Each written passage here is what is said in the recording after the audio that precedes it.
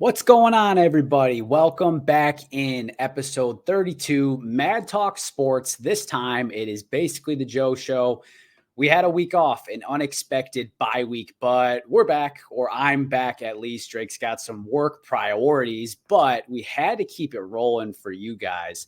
And today, episode 32 is the one and only Magic Johnson episode. Like, you can't go wrong.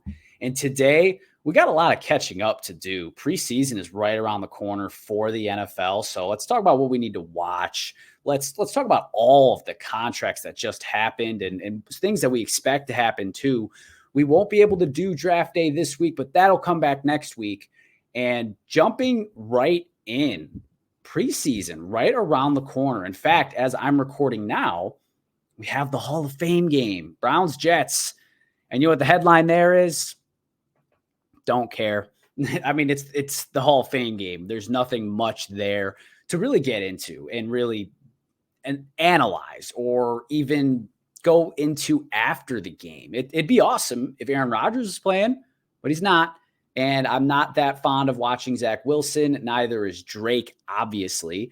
So the Hall of Fame game is really a milestone more than anything. It's not something to write home about. It's not something to pay attention to, but it's the first football that we have of the year, but preseason is right around the corner here.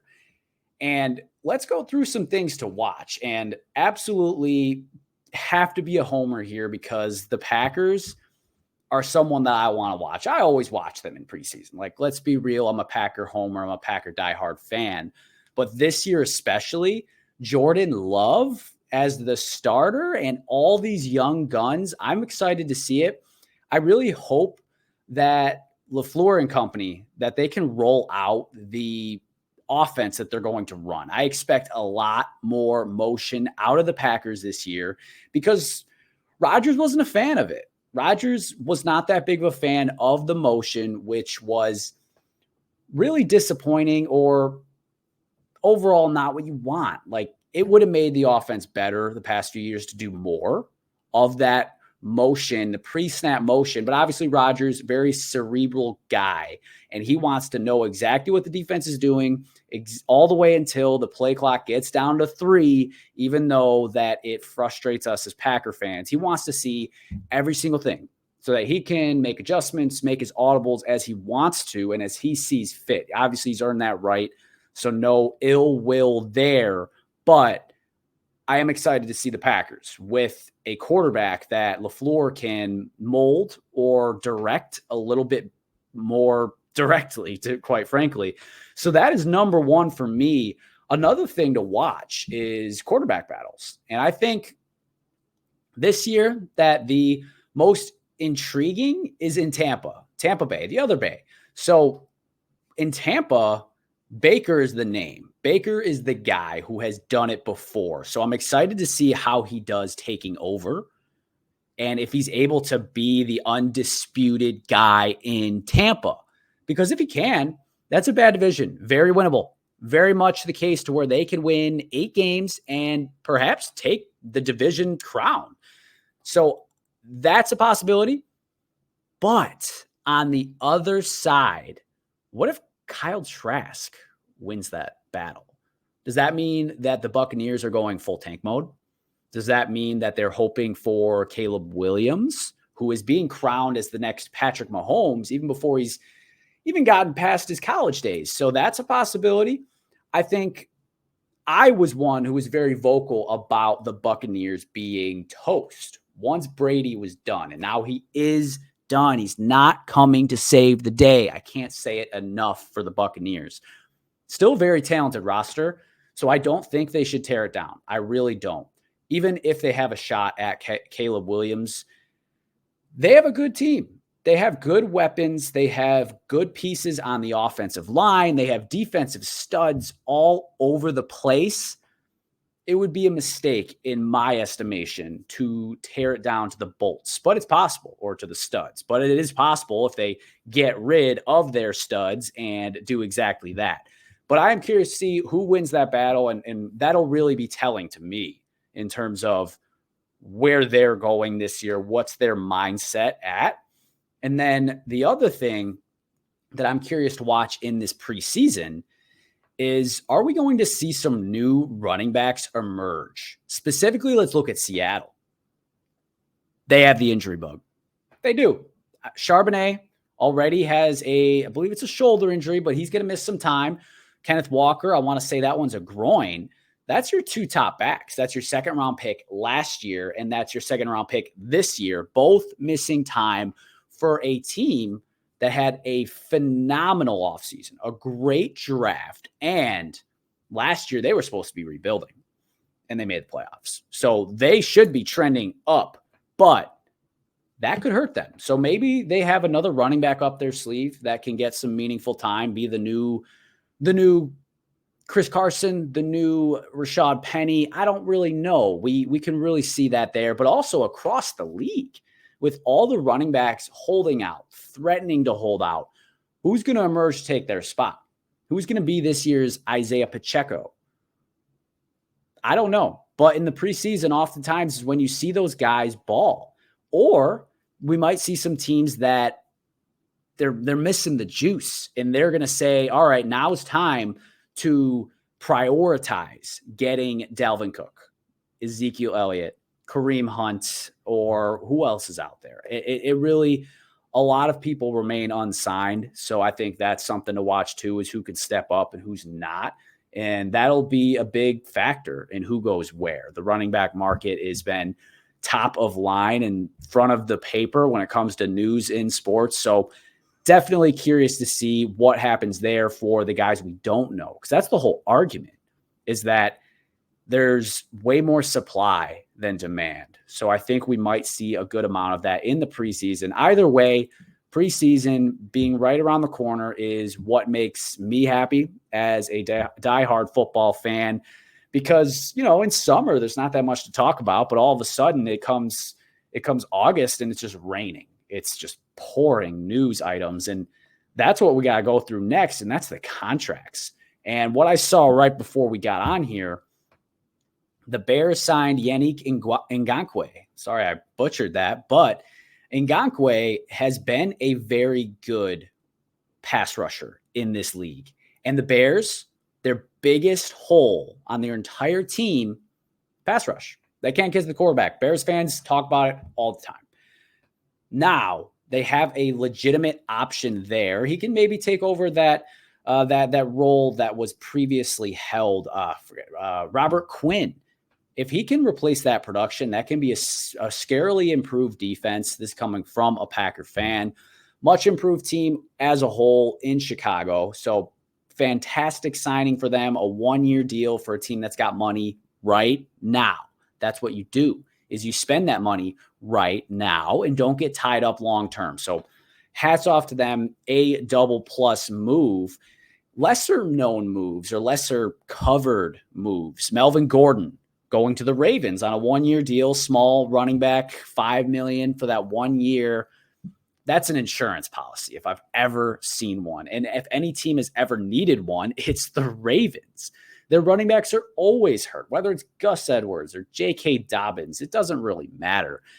They need the redundancy in place, and Melvin Gordon can be exactly that. He's had moments of specialness in his career. He's also had terrible moments of fumbles.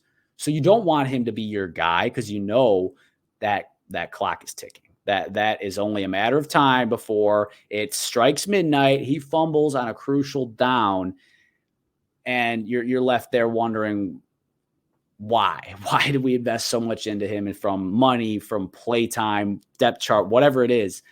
So good fit there. I'm happy for Melvin, MG3. I hope he has success there, or at least can be good for when they need him, because I think they will need him at some point. I'm also excited to see the new look Ravens, to go back to preseason and what to expect there. I don't know how much they'll give away. I really don't. But it's going to be different. It's Greg Roman's not there anymore. It's not going to be power run Lamar, hand it off, or, verts. It's not going to be that anymore. There's going to be more structure to it. There's going to be more nuances in how they run their offense. So I'm excited to see that, because that can really make or break their hopes as a team. They're one of the teams I'm very high on. However, let's get back to signings and stay in the running back market. The Giants were able to figure it out with Saquon. 1-year deal, same amount of money as the tag, but they offered about $1 million worth in incentives. This is kind of almost exactly like what happened with Eckler. He requested a trade. He requested permission to explore a trade. And what did he find? The entire league is on the same page. We will not give up assets or significant amount of money over the long term to a position that has a short shelf life. And Eckler's been great, and I expect him to continue to be great, especially next year. But Saquon found out the hard way. So did Eckler. And the Giants, before they got the Saquon deal done, they brought in James Robinson. Excellent move there, especially because they didn't know at the time what would happen with Saquon. But we also do know as fans, running backs that hold out oftentimes regress or get injured. So having James Robinson, a very established running back in the league, having him there gives you redundancy and a change of pace guy. He's been a nice player in this league, so great signing there. And the Giants also brought in old reliable Cole Beasley. He made a name for himself in the state of New York on the Buffalo side of the state. Now, going to New York, will he have significant impact? Probably not. But he's another guy.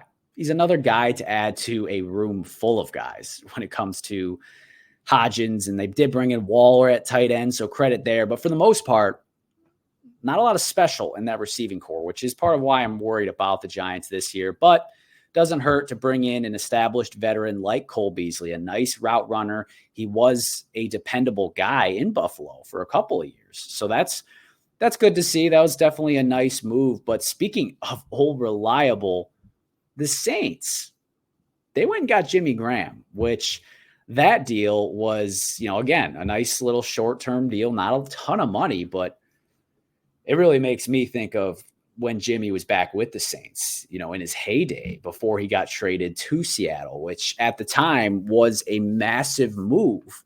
And it didn't work out, not great. He didn't disappear. He didn't fall off the earth, but he was never the same.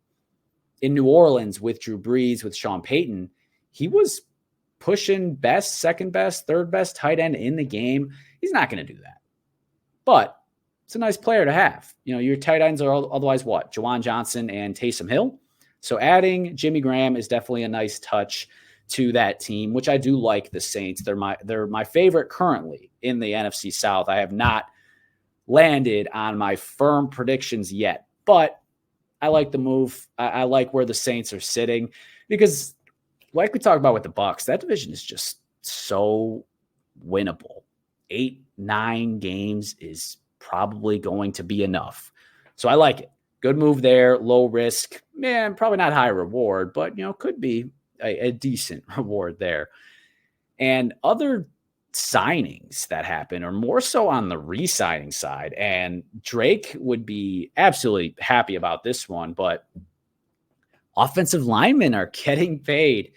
And specifically the Texans this year, they locked up both their bookend tackles. That's Titus Howard, 3-year, $56 million deal. And then Laramie Tunsil, that's the one that most people probably know, another 3-year deal, $75 million. And this is a fantastic move by the Texans. And I say that because linemen are obviously extremely valuable to a team, but they're even more valuable to a young quarterback. And I've said it, I'm not a CJ Stroud guy. I'm not. That doesn't mean I think he's going to be a bum. Doesn't mean I think he's a total bust. None of that. But he doesn't wow me. He's not someone where I was like, that's a can't miss prospect. That's someone who's going to take your team over the top, back to relevance. But when he's on a rookie deal, the time is now to spend money. They brought in Robert Woods. I think that team could be annoying. Not annoying to watch, maybe annoying to watch, depending on your preference there and your style, but annoying to play against. Like that team can be one of those teams where everyone thinks they're going to be bad, but then they sneak out 6 wins and they probably shouldn't have won like 3 of them. I really do think the Texans are going to be a spoiler type team. I don't see them pushing the Jags for that division or even the Titans for that matter. But I love the DeMeco Ryans hire, and part of setting that culture is going to be actually putting it in play to where you are able to have the understanding or the notion that we do not just lose. Like, we don't just go out there because we have to. We go out there because we play to win the game. So I like that for the Texans. I really do. Again, not a powerhouse, not someone who's going to be pushing playoffs. I don't think so. But a team that can be a thorn in the side of a lot of other teams that might be in that playoff hunt. So good for the Texans. They are trending up, especially with the excellent draft and aggressive draft that they had too. So all A's there for the Texans. And then the Giants did pay a lineman as well, Andrew Thomas. Now, I like it, great player. And historically, at least for the past 5 to 10 years, Giants offensive line has been atrocious. And now it isn't. Now it's not like best in the league. Not what I'm saying. But when you actually do find those guys, you got to take care of them. You got to pay them. You got to keep them happy. You got to keep them around because they've seen it. It takes a long time to replace those guys. So great deal there. A lot of money. 5 years, $117 million. That's, it's like almost $25 million a year. That's a lot of money. So I like it. I don't love it, but I get it. I 100% get it. The Giants are a team that personally I'm not very high on. I was not last year, so that point can be made that I may be considered a slight hater on them, but it really boils down to Daniel Jones for me. I don't think he's a good quarterback. I don't. I've been vocal about it, and I will continue to be, because his career year last year, he threw 15 touchdowns. Now what? You're going to give him $3 million per touchdown pass that he has? I get it. He affects the game with his legs. I 100% understand that.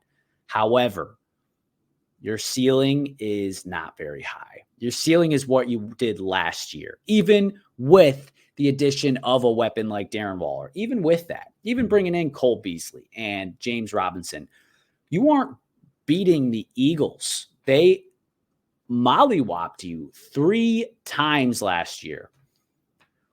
That was to the point where you start questioning, like, is that whole hard to beat a team 3 times in a year? Like, is that notion overblown?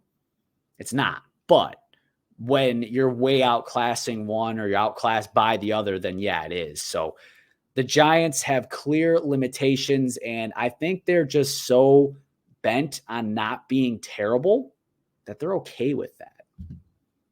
Now, to their credit, not giving a long-term deal to Saquon is an ugly look right now, but in the long term, it is good for their health as an organization to not tie up that money.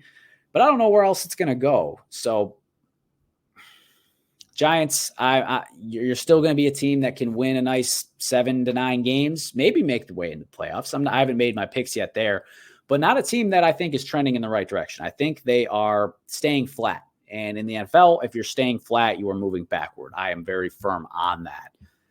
Other signings that we had, the Bears re-signed Cole Kmet. That was a surprising one.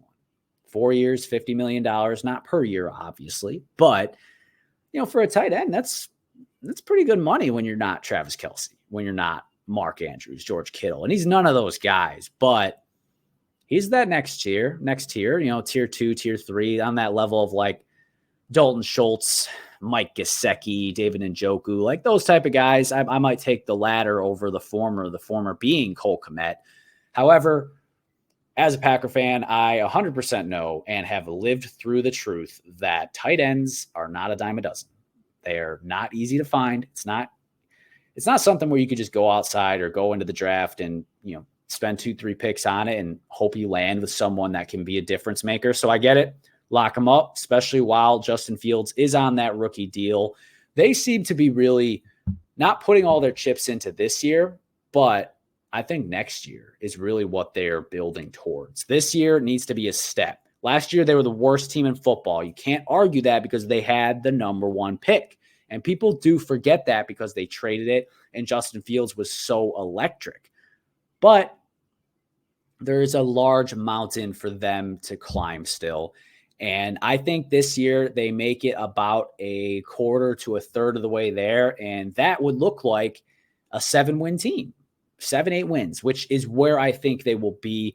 They do have a soft schedule. I think they will start fairly well, kind of similar to last year. A little longer stretch than last year where they were 2-1 and going nuts and then won one more game the entire year. But I do like what they've done. I can't knock them overall. It's all on the shoulders of Justin Fields now. So it's up to him. Let's see what he's got. There are no more excuses. You have plenty of weapons. You already had okay weapons. You had Cole Kmet. You had David Montgomery and Khalil Herbert, as well as Darnell Mooney, who I think is nice. And you traded for Chase Claypool, who is a great talent. Now you add in DJ Moore to the mix, and it's no more excuses. No more. Grow up, be a NFL quarterback. Otherwise, they'll be looking again. Chicago, which has been in that perpetual sorrow of looking for quarterbacks really since the inception of their franchise. So I know they're hoping for it, and I'm still not sold on if he is the guy. I haven't seen enough to know that he's not the guy, but there's at least some special. He's an athlete. He's a fantastic athlete. And I like to joke and, say he's a running back to some degree. So let's see him sling the ball this year. That's what I want to see out of Justin Fields. And then other signings, quarterbacks getting paid. Justin Herbert set the record. Now here, I would be curious on Drake's take because oftentimes people get upset to some degree when you pay a guy before they've done the real deal. And what I mean by that is winning playoff games. And it is well documented that the Chargers are snake bitten. Injuries, bad luck, bad draw, tough schedules, all of it. And that's true. But at the end of the day, you at least got to do something. You don't have to win the Super Bowl. You're not that level of a franchise, at least not at this point.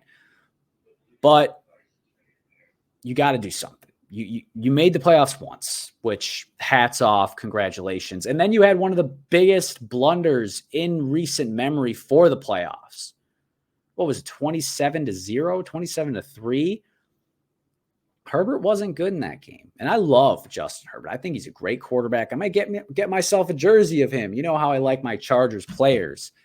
But that to get back to it, Justin Herbert getting that money before doing anything makes some people mad because, that's supposed to be reserved for the Mahomes that have done it, or the Josh Allen that's at least done something, the Burrow who's next on board for getting paid, who has done it. He's gotten to a Super Bowl. He's carried a franchise out of the depths of despair to a perennial contender.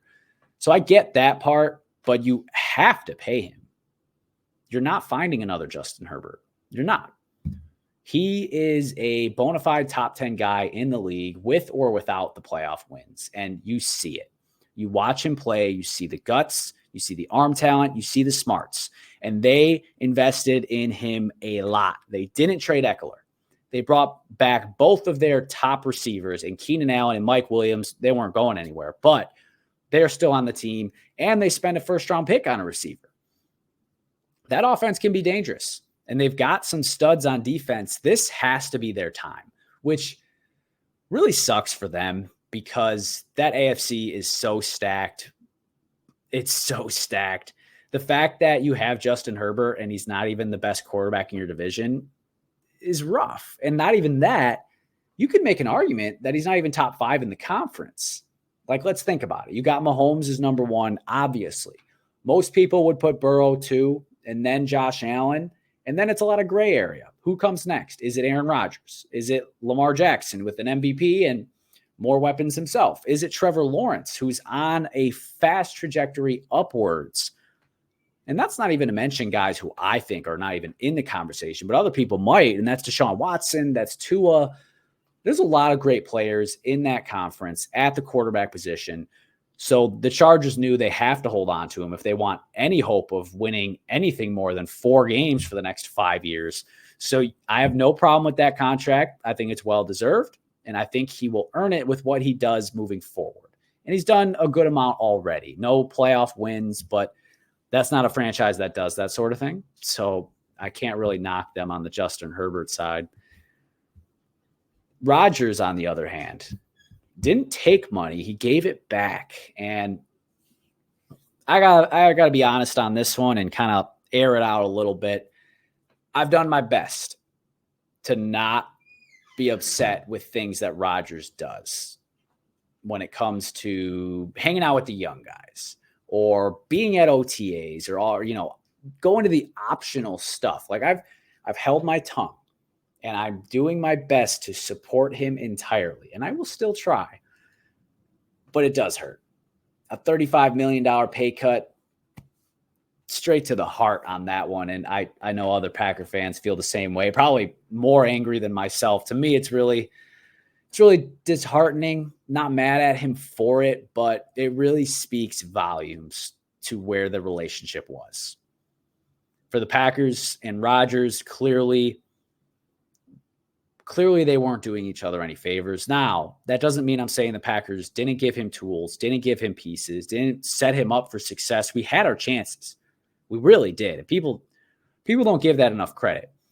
But we didn't go exactly all in. Like we maybe put like half our chips to the middle and said, let's save this in case it doesn't work out, which I'm fine with. But maybe if the relationship was better mutually, we would have been more apt to push all in. And maybe we would have been better suited to do so if Rodgers felt the same way and was willing to give some back so that we could push more into the middle. Because we kept finding that we were just a few inches, a few yards, a few points away from being the best team in football, taking back the Lombardi home where it belongs. So yes, it does hurt. And I'm still doing my best to not bash Rodgers for it. Jets, I'm excited for them. Great team. I like the roster a lot of really strong young pieces, namely Quinn Williams, Sauce Gardner, and then Garrett Wilson and Breece Hall. But they brought in some nice veterans too, from Mecole Hardman to Lazard and Cobb, and let's just keep naming Packers players, I guess. But good team. I like Nat Hackett being there. I like Robert Saleh. I think they will be very successful this year, even with the absolute gauntlet and ring of fire that they go through for their schedule. So they'll be fun to watch, minus the Hall of Fame game. But over the course of the season, they will certainly be a team to watch. There's still some guys that need to get paid. Like we went through a lot just now and didn't even talk about like Trayvon Diggs or Seattle. I want to say re-sign one of their edge rushers. But there's still some guys that are looking for contracts. And these can be a little tricky. Easy one's Joe Burrow. Give him what he wants. If he wants Justin Herbert deal plus a penny, sure. If he wants Mahomes deal, 10 years, $500 million, sure. I do not care about his calf injury. Not at all. Why would I? Why would anyone? You have a player like that, you keep them, especially at that position. There's nothing to do there besides pay him, keep him happy, give him what he wants. Now, you're obviously hoping that maybe he says, yeah, I'll take that Mahomes deal to where you guys have that set up where you could build that championship team around them. Yeah, you're hoping for it, but if he doesn't want it, I'm not pressing. If he says, yeah, give me 5 years, $300 million, I say, okay, Joe, whatever you need. If he says, give me 10 years, $600 million, I do that too, because we've seen it that those elite guys are so hard to find. And Cincinnati has not been at the depths of despair. They've had competent quarterback play. Andy Dalton or Carson Palmer, or even back in like the 80s, they were solid. But none of them were Joe Burrow. None of them were special. They were good. They were competent. You could make the playoffs, but you couldn't win anything. Now they can, especially in that stat conference. Give him what he wants. It's not a story. End of story. Now, these other guys, it's a little harder because they're not quarterbacks. Budda Baker's been wanting a contract now for months and wanting to seek a trade even. And I think the Cardinals should trade him. What are you doing right now? I get it. You've got Jonathan Gannon, the new coach, is a defensive guy. He wants to set a new tone. Yeah, you don't want to give up one of your best players, probably your best player, all due respect to Kyler Murray. But let him walk, or not walk, but get some pieces back for him. You're not a year away from contending, even in the soft and open NFC. Cardinals, you got all these nice new jerseys, or you think they're nice at least. Start building for the future. That doesn't mean you got to tank. You might, inevitably, because Kyler's going to miss some time, and I don't think you got a good roster, and you got bad ownership. We know that. But don't push it. Don't push it. Sure, you can make playoffs this year, but I don't think you will. I don't think you'll be incredibly close either. Most people are projecting you to be the number 1 overall pick. I would trade Budda Baker right now. Now, these other guys, I'm not moving. No chance. Chris Jones, Chiefs. We talked about this, about him wanting a contract. I think that he obviously is great, and he obviously warrants any money that goes his way. But don't you think there's more? Don't you think that you can actually become the dynasty that you guys have talked about, that you guys have so boastfully waved in everyone's face as far as we can win 2, 3, 4, whatever? I think they're a dynasty already, but you can become an undisputed all-timer. That doesn't mean take pennies. That doesn't mean that. But it does mean you play out your contract, especially when it was fairly recent, and then you take it from there. You'll be fine. Defensive tackles are valued in this league. It's not like you're never going to get another contract, unless there's some sort of catastrophic event. But overall, he's going to have more money coming his way. So I think he needs to play it out. And I think the Chiefs should play it out too. I think he'll report. I think he'll go, when it's time to play, I think he'll be there. Because the Chiefs have played it so smart with how they've run things over Mahomes' entire era. And I think we'll see more of that. And this is an example. Like, he's got to be pushing 30. You're not about to give him a new 5-year deal. Like, you're just not. I mean, we've seen Calais Campbell be really good into the deep 30s. So it's not like it's not possible. But you've got a lot of really good young players outside of that position. So I don't think you need to be spending all that money on one guy if you don't have to. Play it out. I think you hold your cards and you tell them, you say, Chris, we love you. You are the most valuable player on our team on the defensive side of the ball. That is, obviously Mahomes and Kelsey have something to say about the whole team. But for defense, we know your worth, but we also know that we have a chance to do something special. We might be able to repeat. We might be able to three-peat. So they need to play a little bit more hardball when it comes to Chris Jones, as great as he is. The Cowboys, however, need to buckle right down and pay Zach Martin. You pay everyone else. Why not? You've paid Zeke when you didn't want to. You paid DeMarcus Lawrence. You paid Trayvon Diggs 2 weeks ago. You pay CeeDee Lamb when it's time. You paid Michael Gallup. Give him his money. Offensive linemen, we talked about it earlier. They are hard to find. And he's got a chance to be an all-timer. He's on that track. He's done an incredible job. And the Cowboys, there's something to say about keeping the peace when you're an organization like that, where you're constantly in the spotlight. Don't add more. Pay the man. He deserves it.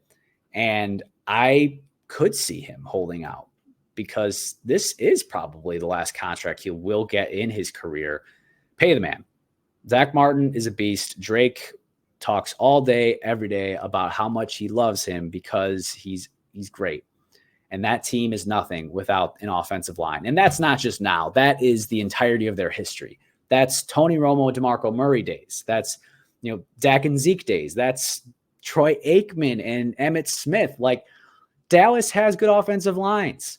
And lately, they haven't found another Zach Martin, which, they might. But for right now, keep him. You got no one to replace him with. So give him a 3-year deal, whatever it might be. Keep him happy. Keep yourself out of the limelight. And most importantly, Keep setting the right tone in that locker room that you're going to pay the right guys who earned it and you're going to respect them.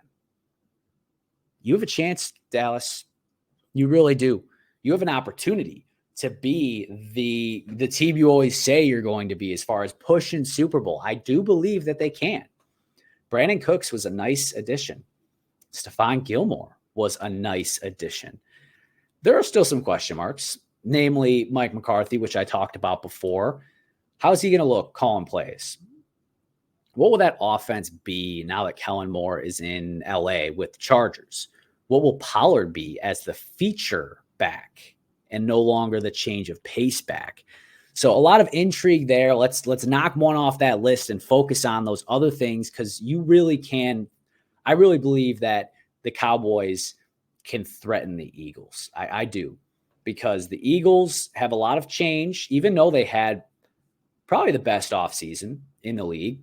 They lost both their coordinators, and there's always some level of ramp up there. Plus, Super Bowl hangover for the Super Bowl loser is a real thing when you look at the history of the league. So 100% Dallas, you have a chance now. Don't blow it. You're not 3 years away. You are 17 games away, maybe, if you play your cards right. So this is the first card you got to play there. And then the last one, Nick Bosa, Defensive Player of the Year, cornerstone of a fantastic defense for several years now, over multiple defensive coordinators. He's a guy you pay. He's one of those guys where you pay, no questions asked. What do you need? It's not like you're paying a quarterback. What are you paying? Sam Darnold, minimum money. Brock Purdy, literally minimum money. Even Trey Lance, rookie deal. Like, yeah, you're paying McCaffrey. Yeah, you've got other good pieces. You're paying Trent Williams. But pay the man. Pay the man. That defense doesn't move without Nick Bosa. It doesn't. And he knows that. And they know that. But just get it done. Get it done. And this happens. Obviously, even with like the Steelers with TJ Watt a couple years ago, there was a lot of back and forth about how much money to give him. And Steelers aren't the best when it comes to giving guaranteed dollars to their players. So I get the sticking point, but a player like that impacts winning so much and is Defensive Player of the Year guy, like, you got to lock those guys down, because we all know edge rusher is so important to your success as a team in this league. So another guy there that you just absolutely have to pay. You got to get it done, especially before the season really starts. And we're getting down to it. We're only a couple weeks away from, real football that's going to start counting. We're about a month and some change away from opening night with Detroit and Kansas City.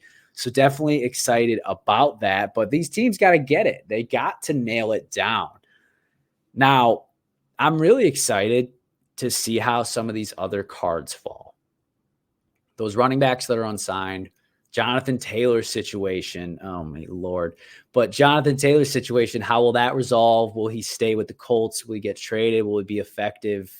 What are these rookie quarterbacks going to look like? This is probably the most unpredictable NFL season I can ever remember. And last year, a big talking point was the parity in the NFL. And I think this year it's only going to grow. And that's due to a lot of things. That's the growth of quarterback competence in the league. More and more quarterbacks you can roll out there and feel pretty good. Like, there's a lot of guys that franchises think are their guy for the future. Maybe I'm not bought in on them, but they are. It sure seems like the Lions are bought in on Jared Goff. It sure seems like the Bears are all in on Justin Fields. Seems like the Dolphins think Tua, it can be special. These guys are these teams that, historically you would be like, oh, we know they got no juice. Now they think they do. And to some level, they're right. There's a lot of really good teams, a lot of evenly matched teams. Injuries is going to play a big factor this year, which is why I am I'm holding my cards for a little while when it comes to my predictions, because I do want to see how some of this initial stuff does play out.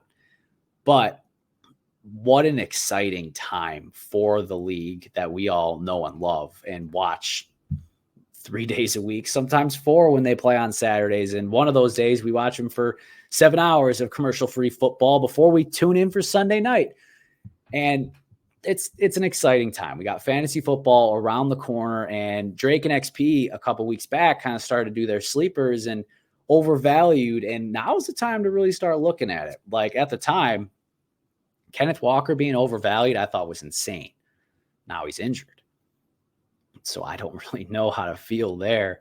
And Aaron Jones being overvalued, I think that one's absolutely wrong. I think he is undervalued right now and probably will have a career year. You heard it here. Career year for Aaron Jones, Dr. Jones. So definitely excited about that one there.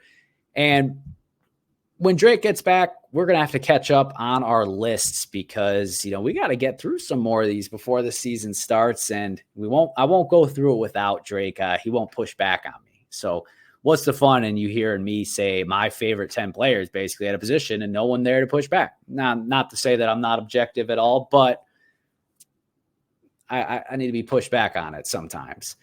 Now, looking at the landscape of the league right now, it's really interesting. Like all the chatter, specifically with the Broncos and the Jets. I can't recall this ever happening for teams that aren't at least in the own division. Sean Payton was, he had Nathaniel Hackett catching strays, worst coaching job ever. Ouch. Now, the Broncos were in a bad spot last year. Like, time management was bad.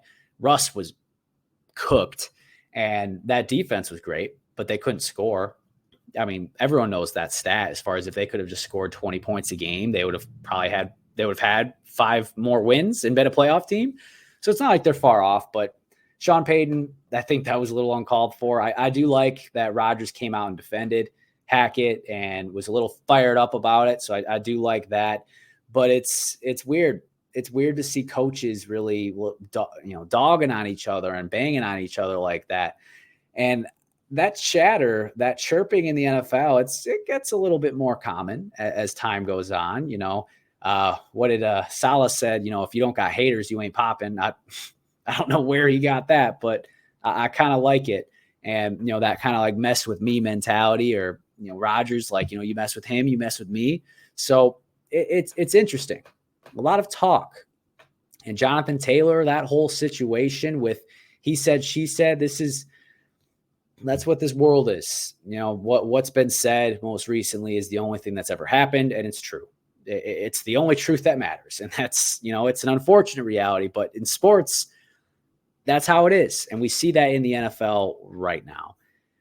Now to wrap up, a couple of things to watch out for. So first of all, watch out from us. I will be releasing the Aaron Rodgers tribute, a video that I put together for that from several months ago when the trade news was about to go down, when he made his move to the Jets. I had my tribute, my goodbye, and my thank you to Aaron Rodgers. So that will be getting posted before regular season starts. It's completed, just waiting for the right time there. But in the sports world, when are we going to get an update on Damian Lillard? Should we be watching out? It seems like that's died down.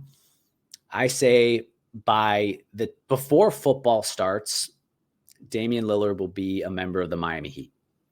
You can book it.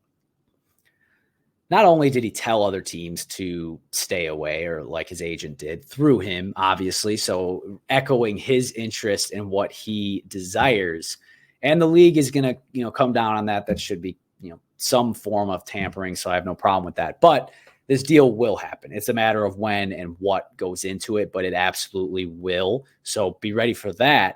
And likewise, James Harden will get moved. Now for Harden, I think that one might take a little bit more time. I've been too comfortable. I've been comfortable too long. Time to get uncomfortable. I don't know. I know what he means, but that's ridiculous, James. How long have you been with Sixers? Year and a half. Comfortable too long? What, since you last made a trade demand?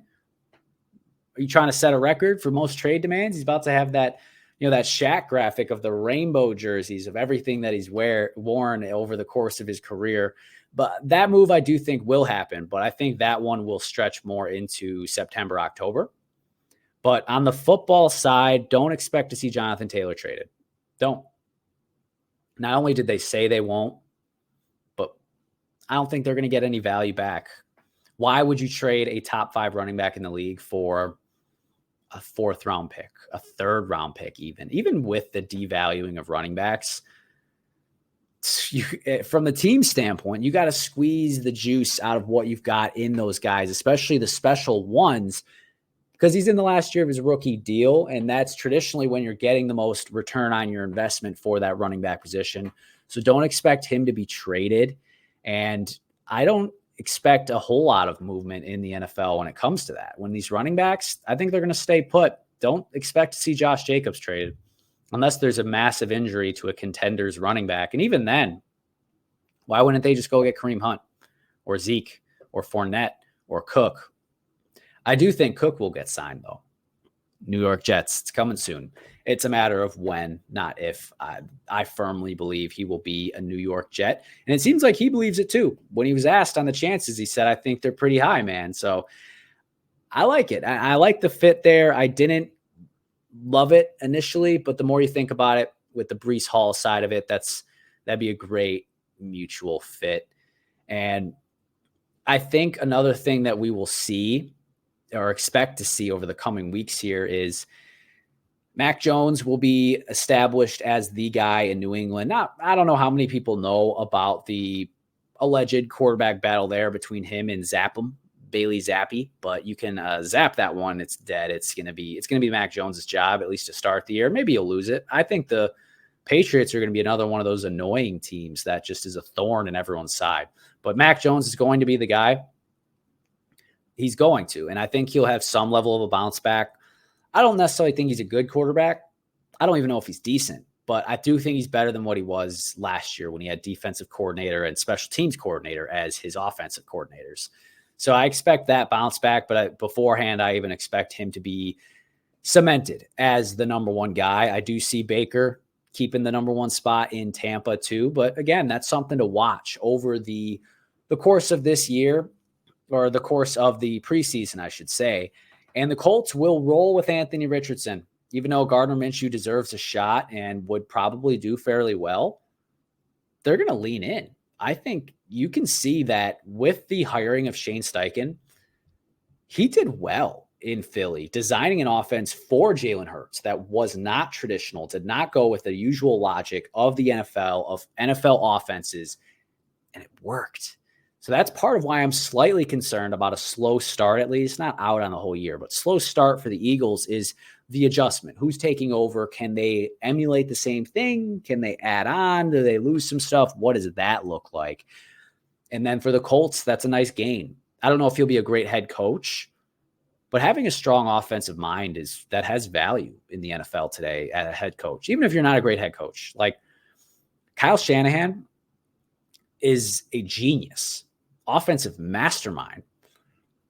But as a head coach, I'm personally of the mindset that he's good, not great. And what I mean by that is, yes, his offenses are still fantastic and very well designed, even with mediocre quarterback play. His decision-making in crucial moments is not great. But because he's an offensive mind, because he's so creative, you get a lot of value out of that to cover up the ugly stuff. And then you add a great defense with the great defensive coordinators over the years, and that continues. So credit there to Kyle Shanahan. And then for the Colts, again, having that, I think you can expect to see a very unique offense with the Colts and Anthony Richardson to at least have some level of success as a rookie. So you can book that and expect that to be a storyline in the very near future here. That's about it as far as my topic points for what to expect over the next few weeks during this preseason. I'm excited to watch it unfold and that we can actually start getting into prediction time and fantasy football time. But that will be a wrap for today, episode 32, a shorter episode with just myself as we will be awaiting Drake's return here soon to get back to the Mad Talk Sports you all know and love with that dynamic duo. It's not Mad Talk without both Mopey and Draco. So excited to get him back. Thanks for tuning in this week. You can catch the episode on YouTube, Spotify. Check us out on Instagram. We make some fun content there. Give us your thoughts, and thank you again for tuning in, and you will see us again and hear us again next week.